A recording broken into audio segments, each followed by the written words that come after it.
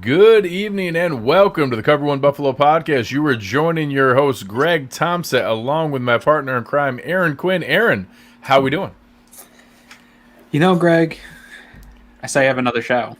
I was watching you guys. I'm happy for you, but I'm not happy about it. It feels, I had this thing going with Anthony the other day. We had a little chemistry. We had a spark. You got mad about that. But then the next thing I log on YouTube and I see you and some other dude with a shaved head talking to you. Are you trying to replace me? What's going on? Tell the people what's going on. What happened?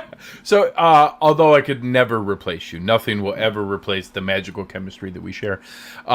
We are launching a new show on Cover One called Cover One Fantasy. It's on Monday nights through the summer, getting people ready. Myself, Anthony Prohaska, and a new gentleman to Cover One, Rich Haynes, who happens to be my college roommate and the best man at my wedding, and a lovely Sounds human. like an alias, Rich Haynes. That's not his real name. That's a pseudonym. That's a pseudonym. But come and check it out. We're having fun, and we're finding a fun way. We're shoehorning in horribly forced mashups and analogies about pop culture. So it's going to be really corny and terrible, but you'll love it. I promise. Yeah, I feel for you guys right now. I think it'll pick up once you get closer to actual fantasy drafts and stuff like that. But you and I are going to struggle to get through the next month or so of football talk. Good luck on the fantasy side, but I'll be listening because I'm going to try. I have one fantasy team that I still manage, and I'm terrible, and I forget about it every year. But this year, I've set one of my New Year's resolutions is to be better. So I'm going to be a regular subscriber to your podcast. So guide me well. We're going to get you ready. Ready. It's going to be fun. We're looking forward to it. We've already sketched out a bunch of the shows. It's going to be a good time. And along those lines, Cover One overall has an exciting announcement. We are formally partnered with the gentleman over at Underdog Fantasy. So you'll see in the show description and the rundown, we are going to be working with the guys over at Underdog. They have one of the most innovative and creative apps on the market. They're doing all kinds of things. If you're into fantasy, you'll know terms like best ball and also daily contests, also things that I like over in the more skilled area of, player parlays. And you can do player prop parlays to be able to pick out, say you think the Bills are going to have a good game against a suspect defense, and you can pick Josh Allen over his yards and Stephon Diggs over 70 yards and Cole Beasley over 50 yards. And if all three hit, you win 6-1 on your money. It's a lot of fun. So if you go and check out the app, use the promo code COVER1, all one word, COVER1 with no space. You get $25 for free play to be able to check it out. And we would love for you to do so. I think it's going to be fun, and we're all going to be playing in some leagues and some of the setups for it this year. So go on over, check it out. You'll see it in the description and in the promos for the show here, but we're looking forward to working with the team over at Underdog this year. Yeah, I'm looking forward to donating some of my money to people that come in and sign up and join and take my money, and because I'm never good at this stuff, but I'm a sucker for it and I enjoy it. So come get some of my money. Yeah. Always fun. Fun. So before we dive into our show, we'll continue on with our position preview series. There was a little bit of news this week. We added 2 players. Unfortunately, that we were going to be able to... our friend, someone's watching the show, Anthony, and he's confused about who's on the show here. It's a couple of different moves, and unfortunately, we saw the news that Brian Cox Jr. Did rupture his Achilles, had to have surgery. Obviously, not a guy that the team was counting on going into this season or anything, but always sad to see that somebody put in all the work to be ready for a season and then in a mini camp has an injury like that. With the roster spots and with one of the available roster spots, the Bills did bring in 2 defensive tackles. Eli Anku, he had been around a couple different teams with the Cowboys, a cup of coffee with the 49ers. Nazir Jones is actually a draft pick in the 3rd round by the Seahawks. I would say both of them have very uphill or unlikely routes to the roster. Last week we did our defensive line preview. If both of them had been signed at that time, I don't know that it would have made any difference. I think they're all pretty firmly behind even Justin Zimmer, who we don't project to be on the team either. But they're both NFL borderline roster caliber guys that could make a team. So if you have an injury, and when you have a guy like Starr coming back from a year and a half off of football, it's not a bad idea to have an insurance policy there. They seem to be. Anku is more of a one tech. Jones is a little bit more versatile, maybe a little more of a three tech. I don't anticipate this meaning anything. Roman here in the chat asking how do these moves implicate Starr. I don't think it has anything to do with that. I think it's simply, hey, we want to add some more depth just in case. I didn't read anything else into it. Yeah, no, this to me screams camp, right? We saw last year with COVID opt-outs that a lot of these big guys around the league opted out, and we saw really how thin it is at these position groups with some of these bigger guys. So there's nothing wrong with bringing in some big bodies for camp. Best case scenario, they beat out a guy on your roster and you have found something. Worst case scenarios, you have an extra body for camp all summer long. And you get a good look at a guy. We talked about it with every position group so far. It's a marathon season. You're adding a game this year that's just another chance of probability for injury. There's going to be ample opportunities for guys that you've had in the summer are going to bring through. You'll see a lot of names rotating in through the bottom of this roster for them to get looks at, guys coming in on tryouts, so that they have a list of guys that they've had their hands on when somebody goes down during the season. They've had them in, they've had them with the playbook. This is an easy transition. So you see that every year with the Bills. So these kind of names is what I'd be looking for in those situations. A star gets hurt, you bring this guy back because there's a good chance he's still out there floating around, or maybe he's a guy you can bring in back on your practice squad. But yeah, I don't think it changes the show last week, except makes it probably another 15 minutes longer. We just get to talk about extra guys. Yeah, a couple more names. My nephews are out there watching. Colton and Aiden, how are you doing, guys? A couple people asking, Coach McDermott did talk about Starr, and I think he gave his standard combo of one, I don't think he wanted any player to opt out, even if he understood on a personal level, and then he missed some OTAs. So, I joked before that I don't know if there's anything that anyone hates as much as Sean McDermott hates players not being at practice. So I don't think that doesn't mean anything, but when he said, there's a lot to be proven here, we don't know what we're getting back, Starr's been away for a long time, those were all factual statements. Like, we don't know that, and for as much as anything, that is an indication of these signings that, hey, we don't know for sure. We can't take for granted that Starr Lotulelei is coming back and is ready to go and is ready to play X amount of snaps. So they're prepared for that. I think the leap too far is when people go, oh, this means something was wrong with Starr, or they saw that he's not ready, or that, hey, they're concerned about him being able to play. That's way too far. But sure, this is insurance because you're bringing back a 32-year-old guy who didn't play last year. So this is smart to build that depth. I would bet a fair amount of money that it never matters, and these guys are never going to get all that close to the roster. Yeah, I think the scenario, I agree with you that's likely part of what led to the decision is, hey, we don't know, right, with Starr. But I think what the scenario is going to be is that they're going to manage guys like Starr Lotulei's workload this summer and not put too much stress on them. I think the one thing that I know about, especially coaches like Sean McDermott, who are detail-oriented and overthink every single thing, this added game this year is going to change some of the way they do things. It doesn't sound like a lot adding one game, but I think that a lot of these guys are going to overthink it. They're going to try to manage and control injury scenarios as much as possible, especially here throughout the summer, and manage some of their players. I think guys like Starr have probably earned that right. I think early in the summer he'll come in and show that, hey, he's in shape, he's ready to get back into it. And then I think you use some of these bigger bodies to manage the load of some of those guys to keep them right for the season, because there's no reason to overwork a Starr Lotulelei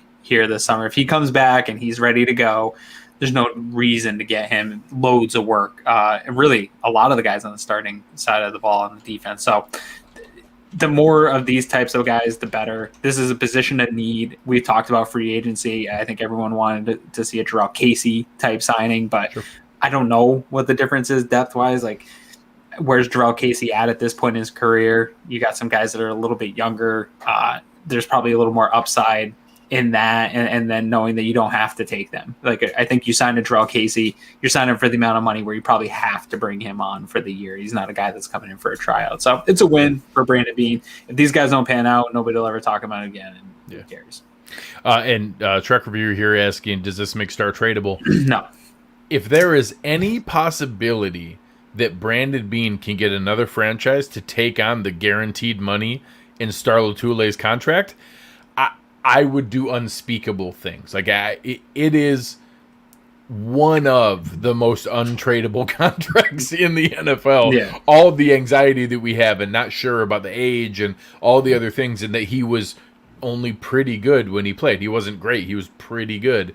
And then you add in the guaranteed money on top of that. Nobody wants that contract. We would have to send a draft pick along with the contract to get someone to take that. Yeah, it's not the NBA. You can't get somebody to eat cash for a year like that. Yeah. So don't get me wrong. Nothing is impossible. Crazy things happen. But I would be absolutely shocked if they got another team to trade for Star Latule's contract. So yeah, no, I think so. We'll see where that goes. And adding it, if we got Star for Zach Ertz, fantastic. I would be flabbergasted if they were able to pull that off. Yeah.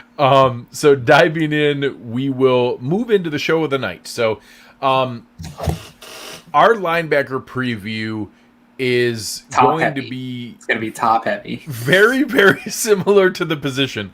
The Bills have two excellent linebackers. Very, very good. This is a pro Tremaine Edmonds show. There will be no Tremaine Edmonds slander. A little bit. All right, maybe a little bit. We enjoy the works of Matt Milano. And then there's a whole bunch of other names that we're going to go through. So we'll get to all those other names. There will be lots of discussion of the depth. A couple interesting signings that maybe there's a glimmer of potential in there. But we'll start with the way the Bills run defense, which is two linebackers on the field, and that's about it. Starting with Matt Milano, this is a player that, drafted in 2017 in the 5th round.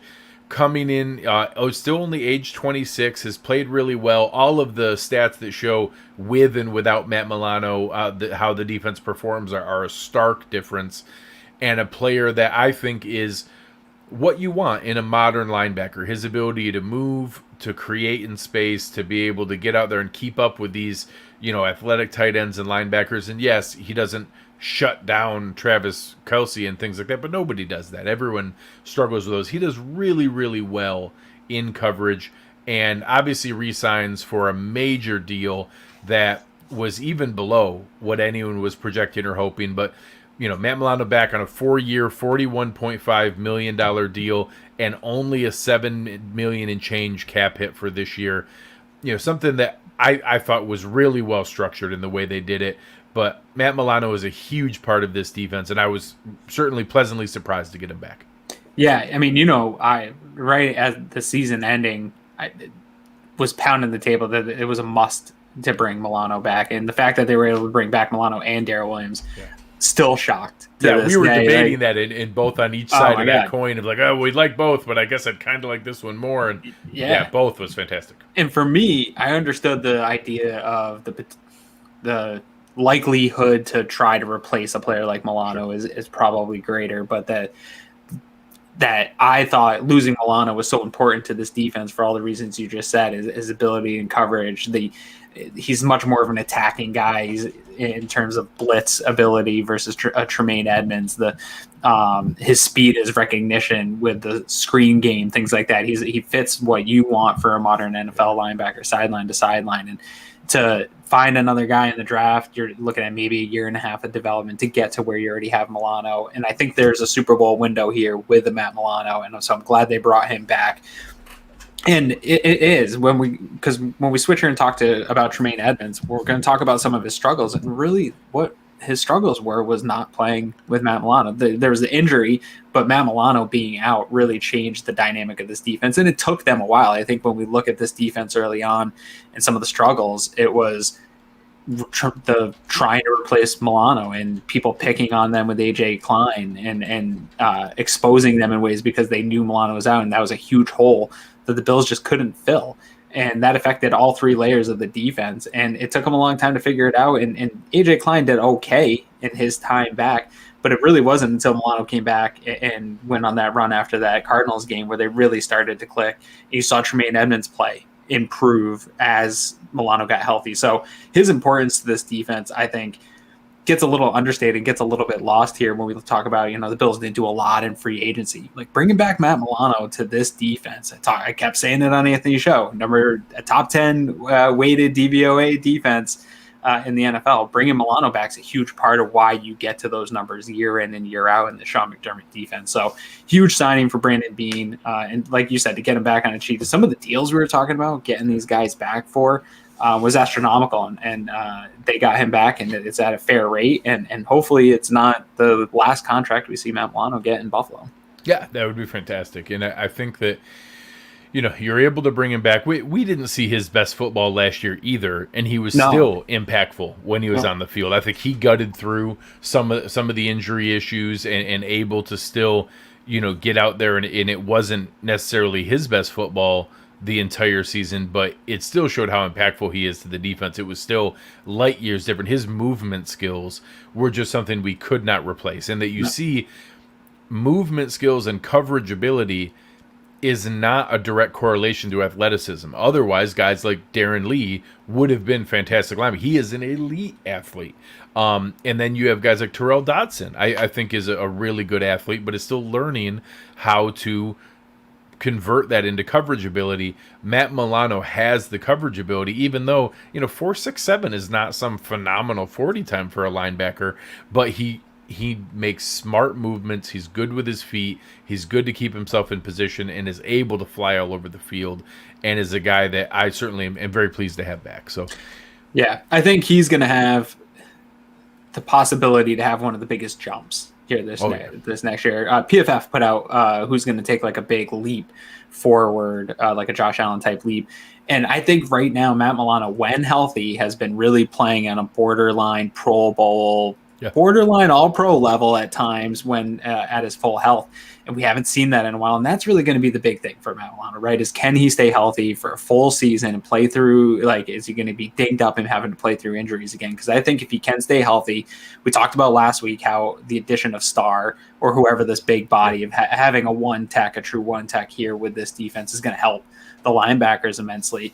I think you kind of add all that up and you could see a really big leap. I think everyone's looking for that leap out of Tremaine Edmonds, but I think a healthy Milano has much more opportunity to take that leap, because I really think when he's been healthy, man, we've seen him just borderline, not that Pro Bowl matters, but borderline getting the recognition of being one of the better players and more impactful players at his position league-wide. No, and I think it really speaks to the kind of defense they want to build.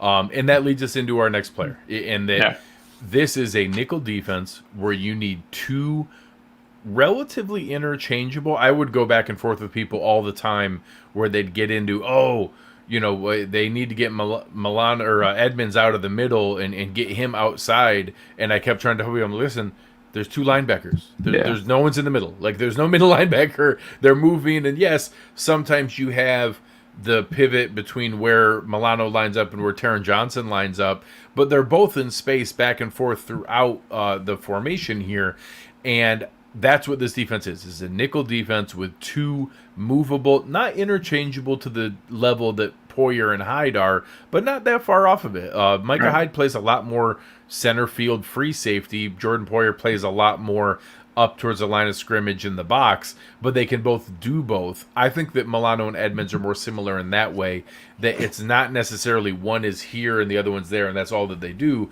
They have interchangeable movement skills that can allow them to play both roles.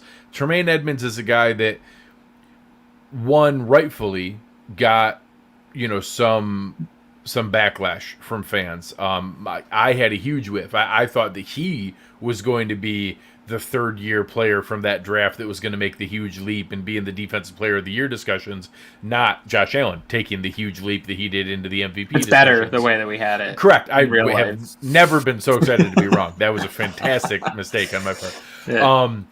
But it's hard for me to know how much of that is, he just didn't do it, and how much of it was he got hurt right off the bat in the year and separated his shoulder and had a shoulder issue. Well, tackling other pro athletes is hard to do with a dinged up shoulder. You're going to have a little less tackling efficiency. Coverage is tough too. Yeah, moving around Mobility. and reaching and being able to get your arms out there quickly into breaking up passes or getting around to make a sound tackle or being able to, jam guys at the line of scrimmage. He was gutting through a lot of that. And hey, if he's out on the field, you need to hold him accountable for what he needs to do. But it's hard to know how much did that affect his performance. Then you add in, we've talked so much about Ed Oliver playing out of position and all the other guys that we didn't have the true one tech, and we saw the difference in the defense in the previous years when we had someone like Starr playing at just an adequate one tech level. Well, how much did that come into play? Sure. Then you add in his running mate being injured, and you don't have Matt Milano, and that, part of it, Leslie Frazier talked about, he was trying to do too much early on. When it was AJ Klein out there, he was trying to be Tremaine Edmonds and Matt Milano, and they were telling him, just be yourself, just play your role, and that, we got to trust AJ Klein to be able to fill that spot, and that's which is tough. That's not his skill set. Yeah. But you trying to do too much is not going to fix it either. So those aren't excuses. Those are all things that really happened. I don't know how much of that was impacting his performance versus him just not playing good enough. I don't know which one it is, but we're going to find out this year. I think that we're going to have, he is healthy. I'll knock on wood. He is healthier at the moment. Things look good from that standpoint. Matt Milano looks healthy and ready to play. We have back the other pieces of how we are going to be able to have the defensive line in front of them. Pass rush helps with those kind of things as well. I'm really excited to see if he can take a huge step forward because I think they need him to. Yeah, I think it's a little bit of both. I think you made a good case for the context and the variables when you're talking about if you go to PFF and look at Tremaine Edmonds' PFF grades, or when you just look at his statistics in comparison to some of his peers, and just look at his play in general in comparison to some of his peers. I do think some of it played into that being a down year. With that said, I think there were still some of the mistakes that we've seen from him that it doesn't matter if Milano's there or not. He was still making some of those mistakes, over pursuit at times. And, in that Kansas City game, they were just moving him around. He was a huge problem. And Patrick Mahomes was kind of sort of doing whatever he wanted and moving Tremaine Edmonds around. And really, that's a no-win situation. There's not a lot of linebackers that can win in those situations. But he was a problem in that game, and they were really picking on him in coverage. And so you hate to see that, because when he was brought in to the team, they sort of talked about this, maybe not the team as much, but you were sold on this idea that this is a new age linebacker, this length, this height, this size. He's going to be in passing lanes, altering passing lanes all the time. And you see flashes of it. You've seen it. You haven't seen him be able to really come down with any of the big plays because of that. And you just really haven't seen him do anything to establish himself as one of these really good coverage linebackers. It seems like teams have really chosen to attack the Bills right in the middle of the field. Tight ends have had their way with both Milano and Edmonds on the field at times. So the athleticism's there on tape. It's there at times, more consistently with Milano than with Edmonds. It flashes with Edmonds sometimes. But for me, that's really where I need to see both of them take the biggest leap, is in pass coverage. I think Bills really need to shore up the middle of the field. They didn't do what people wanted them to do and go out and get a bunch of athletic quarterbacks so they can turn around and play man a lot this year. That stinks. So when you play a team like Kansas City, what do you need to do to fix some of the problems you had last year that was leaky? It was fixing the middle. It's working on those crossing routes and the communication between Taron Johnson and Matt Milano, and making sure that guys aren't getting behind some of these routes on Tremaine Edmonds, and making sure that he's not just biting everything Patrick Mahomes does. So you have to get better within the system you have, and that's really where we need to see it from this middle linebacker, or from this linebacking core, in my opinion, is in coverage. I think the defensive line is going to do enough and improve enough to help fix some of the problems we saw in the run and keep those guys clean in the run. I don't think they need to do a lot of improvement there. I think it's in coverage mostly. Yeah, and obviously, like you said, that is the prototype that they see in Tremaine Edmonds. Tremaine Edmonds at 6'5", 250, 83-inch wingspan, ran a 4.5 40. There just aren't that many humans on Earth who are built that way and able to do that. And I think that a lot of people in the comments here have talked about the fact that he's held accountable differently than Matt Milano or other people are. And I think it's because we wanted it to be this amazing, just rock star from day one, and that he was going to be just a superstar player, and he's been pretty good. And you talk about, you commented earlier that, hey, Pro Bowls don't matter, and that they're just a silly thing that doesn't have a huge impact. Tremaine Edmunds has not won the fan vote in either of the years he's gone to the Pro Bowl, which means all of his votes came from other players and coaches who see him and understand his value. So I think he's been playing a lot better than what we expect for it to be. So it's something where I think I'm looking forward to see this year, because I think we're going to truly find out what his capability is. He's going into his 4th year. I think that if we're going to see any step forward, it's going to be this year. It's going to need to show what he's capable of, and that I think all the other pieces around it are going to allow for that. Now it's just up to him, and that there's no more excuses. Same way that they built for Josh last year, that you removed all the variables, you removed all the excuses. Now it's on you. If you can't step up in this year, then we know that, hey, what's there. And that's smart, because that's when his money will be due after his 5th-year option was picked up. We have him under contract for this year and next year. Before we get into an extension, we want to know the answer to that question. Is he that lead guy that you want to give a Milano type deal to?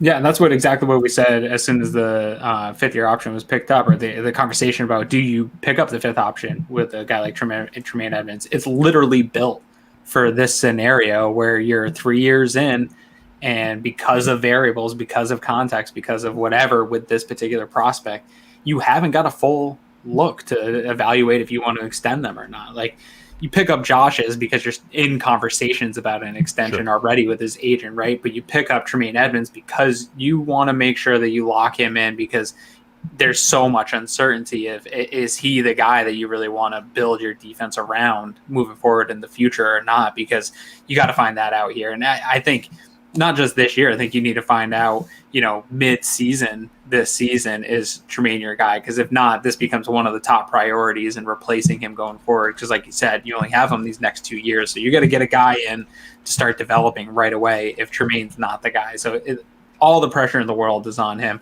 But if anyone can succeed, like you said, in setting him up, if Milano stays healthy, if the defensive line is what we think it is, and they don't take the time to gel like they did a year ago and all that stuff, if this defense really is ahead of schedule, the foundation is there, unlike a year ago. But we saw a year ago how quickly that can change. We went into week 1 thinking that this defense was going to be super healthy and Milano and Edmunds were going to have a great year. And 2 quarters in, we had 2 hurt linebackers, for the first 6 weeks of the NFL season. So right now, before training camp, it looks like there's a really solid foundation for this room and the starters in this room to really succeed going forward this year. So we'll see. So, yeah, and I think that it's going to be one of those things where it's still dependent on, because now that we get into the next phases of where this defense sits, there's a pretty significant step down from those top 2.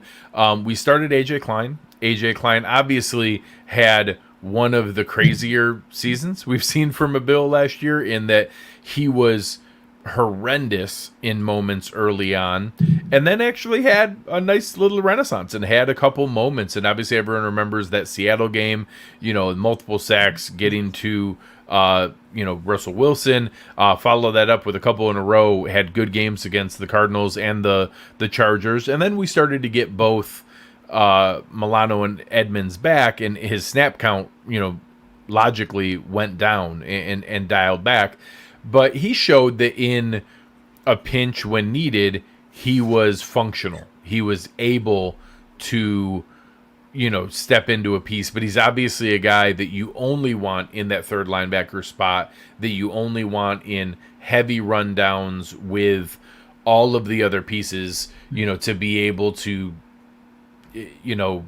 only play when you need him in that limited role. Yeah. I think that's the important part, is to be able to do that. I thought it was actually really smart they didn't restructure his contract, because restructure often means pushing future money out, right, and making it that it was going to be more difficult to get out of his contract next year. They didn't do that, and the way that they have it set now, they can walk away next year with almost no impact. There's $400,000 in dead cap hit. They get 5.6 million or 5.2 million back in cap space by moving on from him. With the kind of guys we're about to talk about here in a minute, I think that's an easy move next year, is to move on from that. So I look forward to having a good veteran guy who can contribute. He played some special team snaps. He was able to, be out there and fill in admirably. I don't think he was great, but he played reasonably well for Edmonds and Milano when they were out, and played some special teams otherwise and some 3-down linebacker spots. He's the kind of guy that I'm not upset he's on the team, but I hope we don't see that much this year. Yeah, he had one of the most wild character arcs in team history for sure, because he did. Ron was saying people were calling for his head after a couple of those games, and then there was people saying don't bring Milano back, or don't, do we start Milano? Like there's a rumbling of that on Twitter. So he had one of the biggest fan character arcs in a long time. No, but it's good to have him back. I do think one thing his kind of weird character arc showed is this is the kind of guy you want in your locker room that can face adversity, that can take it on the chin. The media was not kind, and nobody was kind to him for those couple of weeks and how his play was, but he could just continue to develop, and it reaped. Sean McDermott talks all the time on task, and iron sharpens iron, all these sayings. AJ Klein lived that week in and week out at practice. It was a great example for some of these young players of how to go through that in the NFL and take those lumps and sit in the film room and take lumps from your coach in front of everybody and work on your game and get better week in and week out. And then he does. So I think having the kind of guy in your locker room that can face adversity, that can be a leader during adverse times, is nothing but a positive thing for this defense. Even if he doesn't see any snaps and he's a game day inactive for a majority of the year, this is sort of your DeMarco for me. This is a guy like that I don't necessarily need a lot of production out of. I know he's in this leadership council that Sean McDermott talks about all the time. This is a guy that's keeping guys' heads forward all year long on the prize, on the process, and that is an important role that again, will not be quantifiable in any type of statistic, but it shows up in this locker room, and Sean McDermott's happy to have Klein at least for another year while they develop more of those guys. Yeah, and I think that, that's a fine role. There's no real way to move on from him this year, so it's one of those things that you get the most value from it, and then you evaluate going forward and see where Milano it goes. Doesn't get hurt. Yeah, and just hope that it's just a luxury to have a veteran presence in the locker room. The next player we'll talk about is the most highly paid in the next position, but is only here in the sense of like Taiwan Jones being a running back. That's Tyler Medikevich. Tyler Medikevich actually had a little bit more playing time last year than he did with the Steelers, but it was still very, very little. And if you take out the final Miami game, it was really that last only game. Injury fill-in during the game. He did not come back. He was never the guy they leaned on. And you talk about that second game against Miami where both Edmonds and Milano were out. He only played 7 snaps. Right. That's as much of an indication as they can possibly give you. He is not a linebacker in their eyes. He's not even a backup linebacker in their eyes. He is purely a special teams player. Now, he happens to be a really good special teams player. He played by far the most special team snaps on the roster. He played in every single phase of special teams. He actually took a pay cut and a small extension, spreading out a 2-year deal to be here this year and next year on very reasonable contracts. I thought it was perfectly fine the way that they did it, and that we have a guy who is a top level special teams player there. But for anybody wondering is maybe he in the mix for a future linebacker spot as a backup, he's not. He is purely a special teamer. Yeah, linebacker in name only, because they have to slap these guys into a position group. But yeah, I mean, hopefully in week 18, when it's wrapped up and we got home field advantage in the playoffs, you'll see Medikevich get like 10, 15 snaps at linebacker. Otherwise, I think it's great to bring him back. They've made it a very important to give this team guys that can play special teams that they aren't necessarily worried about their production on the field. Your Saran Neals, your Tyler Manicaviches, Tywan Jones. They bring a lot of these guys in, and they're not looking for positional production from these guys. They want a core of special teams players that aren't going to make mistakes. And we saw it last year. Again, we talk about DVOA a lot. This was one of the top DVOA special teams units, and because guys like Manikavich.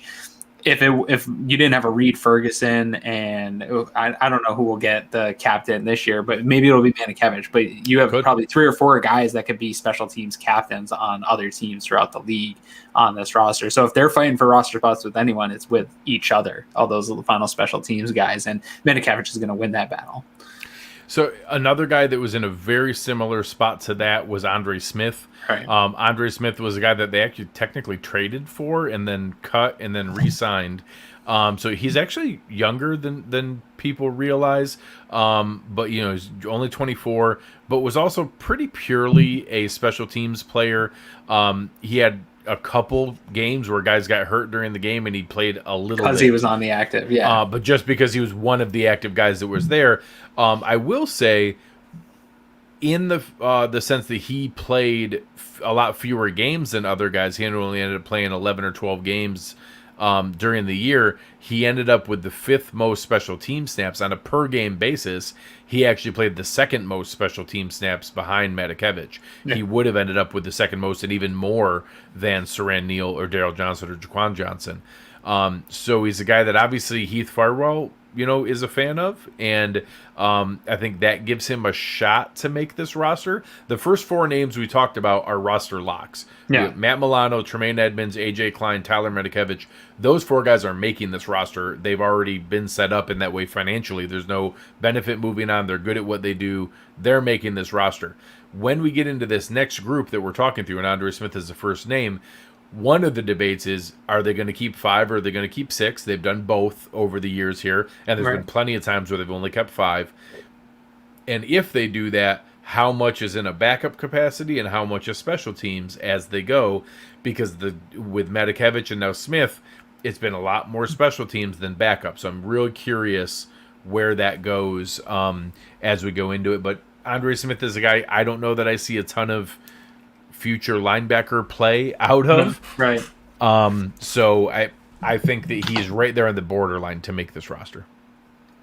Yeah, it's going to be tough here when we get into this, whether it's going to be 5 or 6. I think you're going to have some tough camp battles happening here. And I think you're right. What's going to separate it is their internal philosophy of what matters more to them. Are those snaps better used at a guy that's going to contribute in a heavy special teams role, or is that better used in keeping a Dotson or an Adams in here to develop them as future linebackers if a Tremaine Edmonds doesn't work out, or if Matt Milano continues to show issues of being able to stay on the field health-wise? Because again, we know AJ Klein's not part of the future of this team. He's also not the answer for that position going forward. That's just patchwork in case one of these guys doesn't develop.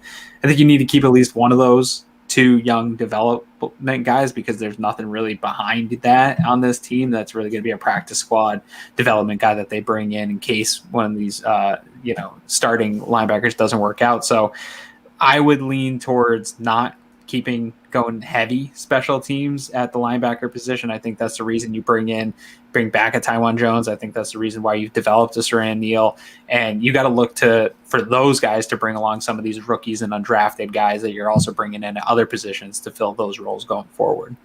Yeah, and we'll get to it here in a couple. It's going to be where you want both still. If you're a backup linebacker, you have to play special teams, point blank, period.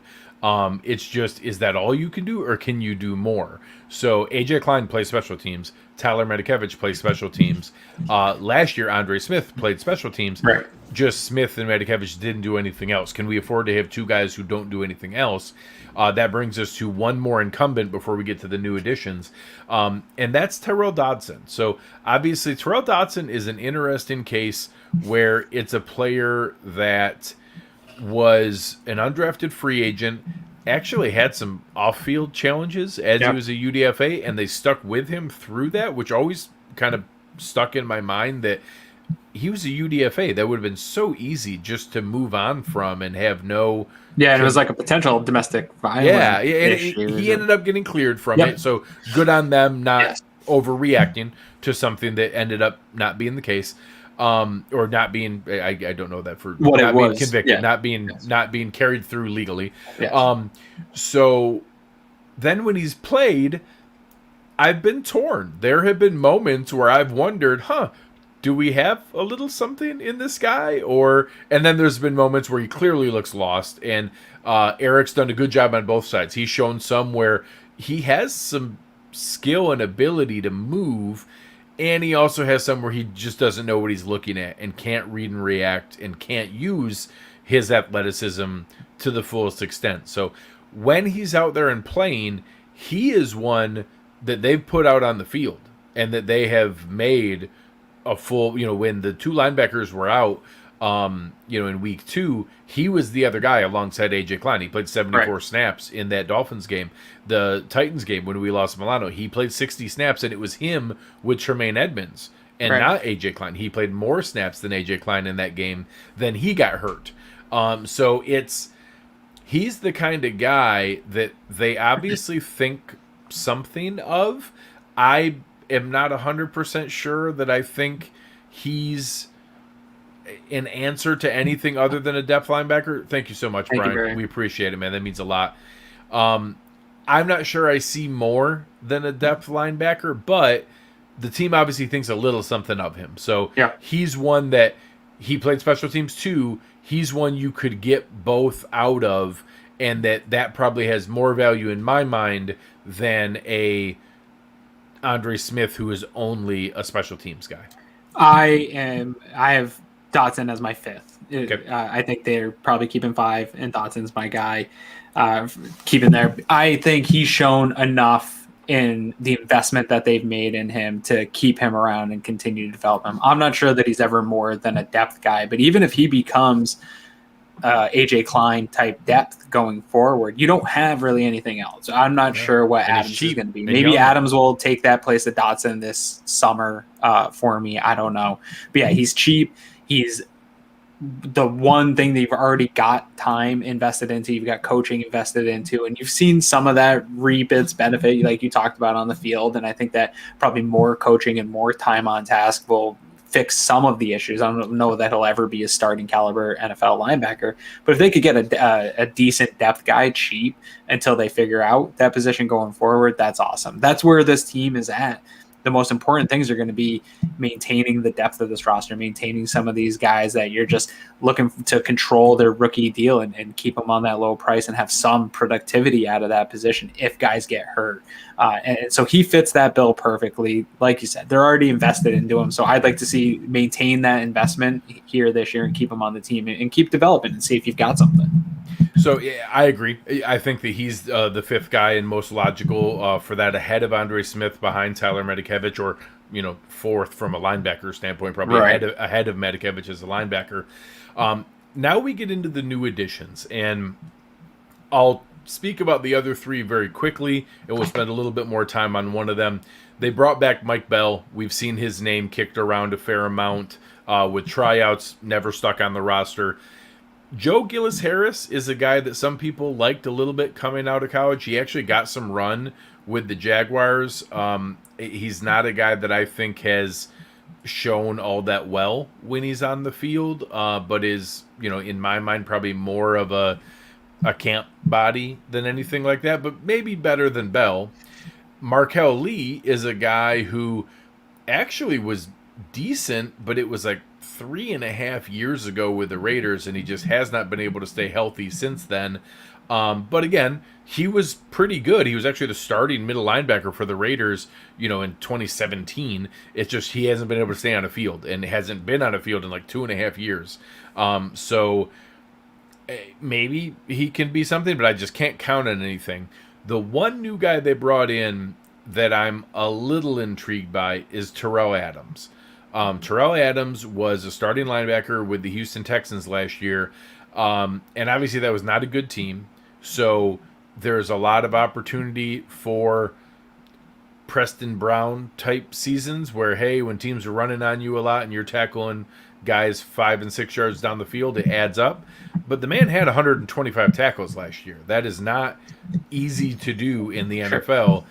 he also played a fair amount of special team snaps for the Houston Texans, and is able to do both, and played 27% of their snaps from a special team standpoint, which was their, I think, fourth most on the team. So it's a guy that I think there's maybe a path where he is the one who, if they keep 6, I think he would be the 6th over an Andre Smith. And I think he's got the best shot at pushing Terrell Dodson for that 5th spot out of any of these guys. So I would have it, Edmonds and Milano are easy 1, 2. Right. Klein is a 3. 4 is obviously Medikevich as a lock, but not really as a linebacker. That 4th linebacker spot, I think it is Terrell Dodson, but I think 4B is Terrell Adams, and I think he has a shot to win that job. Yeah, I'll be interested to see if it is a one-hit wonder with him in terms of, was that production just like you said, just mopping up tackles on a bad defense? Was it just one good year out of him or a good system fit for him? I'm not sure. So that's a camp battle I'm interested to see, but I think if they're only keeping one, which I think they're probably – there's just a few positions this year. Offensive line, defensive line, wide receiver, the spots we want extra pieces. And you're telling me that keeping Terrell Adams means cutting F.A. Obata, or means cutting Forrest Lamp, or it means cutting Isaiah McKenzie? Terrell Adams is a distant 4th out of those 3 names. It's tough. There's probably cases to make for all of them, but it's tough. So for this case and scenario, I've been in my mind going with 5 as I've been starting to build out what my predictions of what this is going to look like. It's tough for me to see because of the investment they've already made in Dotson, and we've heard Dotson talk about Babbage here at Cover One, talk about that relationship that he's had and the importance that's been. I think that stuff matters, and when it comes down to it in camp, and Babbage is pounding the table for which one of these guys he wants to keep a year on, there's a good chance he's leaning with a guy that they've already put that time and investment into, as long as he continues to trend in that right direction this summer. This summer could change everything. Adams comes in, blows him out of the water, loyalty's gone. But I think if you ask me today, I think it's got to be Dotson in that role. And I don't know that either one of them is a whole lot different going into the season, who they are in that linebacker spot. You're still just talking about, in my opinion, a depth rotational linebacker either way. Yeah, well, and you add in a couple other factors. Terrell Adams is 29, about to turn 30. Terrell Dodson just turned 23. Right. Terrell Adams is on a 1-year deal and then would be a free agent. Terrell Dodson's going into the 2nd year of his contract control, and similar to how Levi Wallace was, we have this year and 2 more years of as if he was like a 7th round pick, is roughly the way it works. You get that exclusive rights free agent where you get to keep him at the minimum, and then another year, and then the restricted free agency. So we could have him for 4 more years very, very cheap.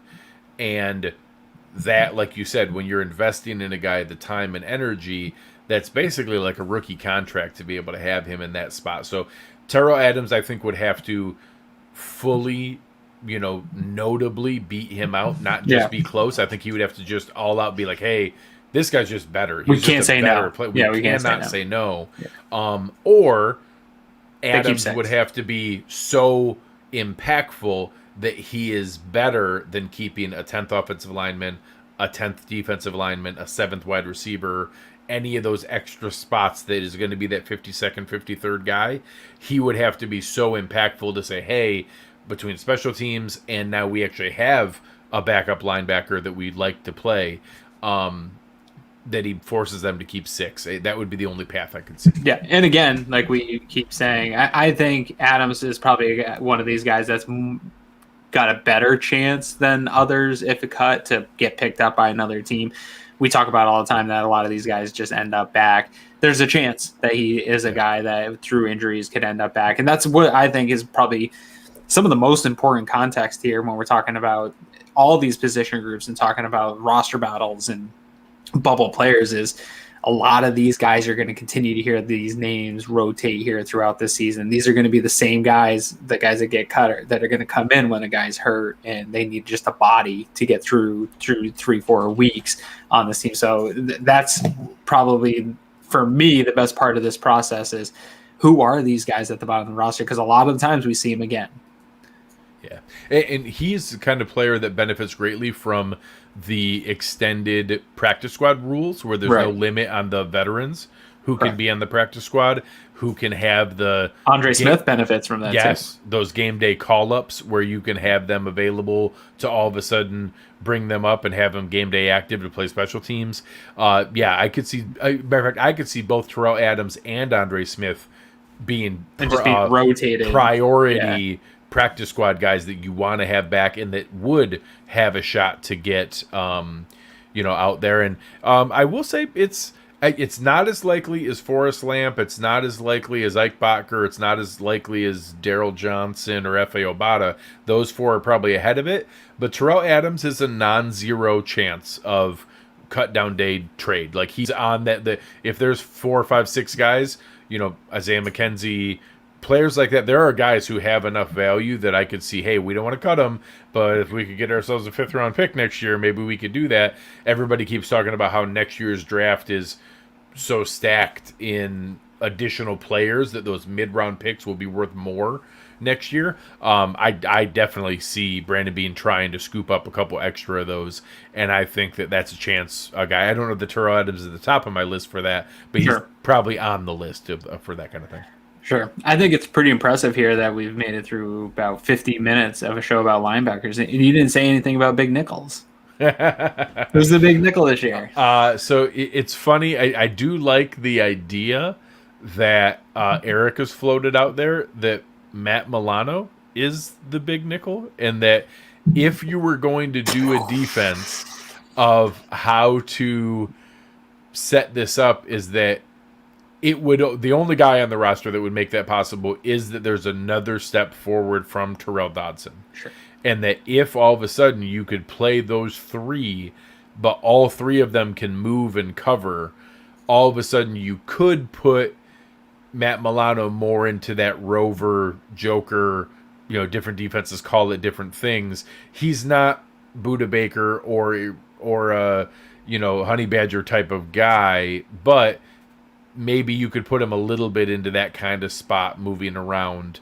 So I don't know. We obviously, the fans Taron Johnson's the big nickel, just in a little body. Yeah, Taron Johnson is just the little big nickel.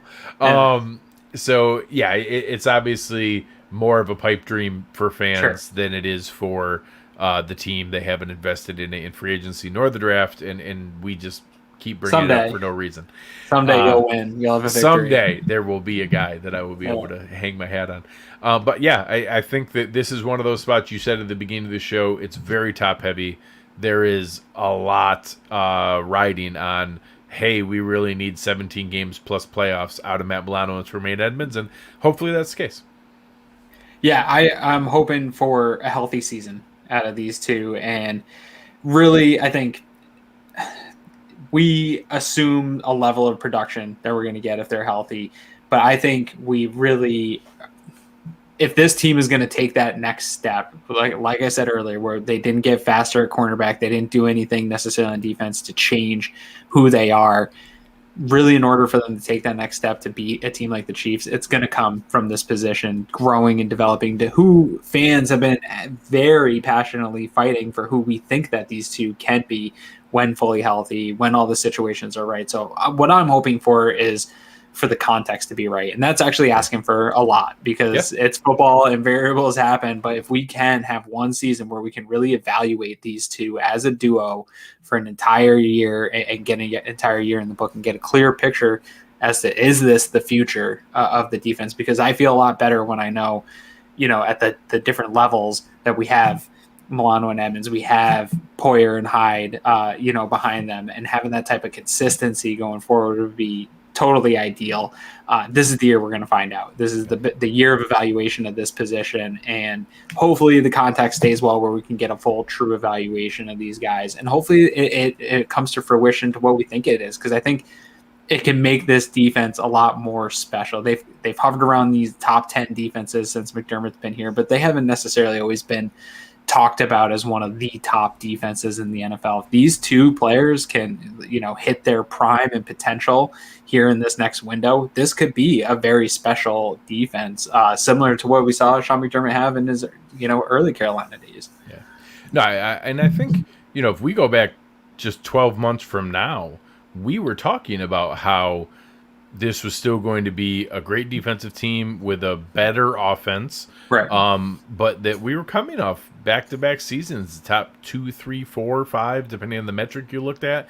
And we were expecting that to carry over and to continue. Yeah. So I actually think with, better health, a step forward from some of the younger players, your Ed Olivers, your Tremaine Edmonds. We've now gone through all of our defensive shows. Another elite season from Trey White, a little better health in other spots. I don't want to assume that we're going to go back to being a top 2 defense all of a sudden, but they could be a much better defense. And I think T-Dobbs is spot on that this could be a pleasant surprise this year and to bounce back closer to the levels that we saw previously. I think this could be a real big piece of it. Absolutely. And as we saw last year, it goes as Milano in a healthy linebacking core goes. So if we want to see them at their best, we're going to need to see this group healthy and making plays and flying around the ball. So I'm excited for it, man. Yeah. So as we wrap up for the week here, again, make sure you guys are checking out the Underdog Fantasy app. You guys will see the links to it here in the show. Sign up for it. Give it a shot. Use the promo code COVER1. If you use the promo code COVER1, you get $25 in free play. You can check out their best ball, DFS, regular fantasy leagues, their player prop parlays, all the fun stuff they have going on. It would really help us out a lot. Make sure to give them a shot. Give us a like, give us a rating, give us a review. Tell some friends about it. Come check out the COVER1 Fantasy show that we're giving a shot. Gonna have a lot of fun with it. Mr. Aaron Quinn, where can the good people find you? Yeah, you can find me at Aaron Quinn 716 every Wednesday here with my guy Greg Thompson. Don't forget to like and subscribe and set up for notifications over there on YouTube. All that stuff helps us, and it helps the rest of the shows here on the network. If you're not tuning in to the other shows over on the network, Disguise Coverage with Anthony Prohashka and the Hoof podcast with all those guys, you're missing out. So make sure that you're subscribed and notified. It'll let you know every time we're live. If you enjoy the chat, you're going to love that. So, and make sure you're joining the premium membership, because with all the content that's coming, I'm so excited. This is one of the toughest times of year to get excited about Buffalo Bills football, but the content that keeps coming out from Kyle Salagi and Rob Quinn has just been awesome, and I'm excited for what they're going to keep pumping out. So make sure you're a COVER1 premium member to get all that too. Absolutely. We appreciate everything tonight. Glad you were checking us out. On behalf of Aaron Quinn, I am Greg Thompson. You have been listening to COVER1 Buffalo, and we are out.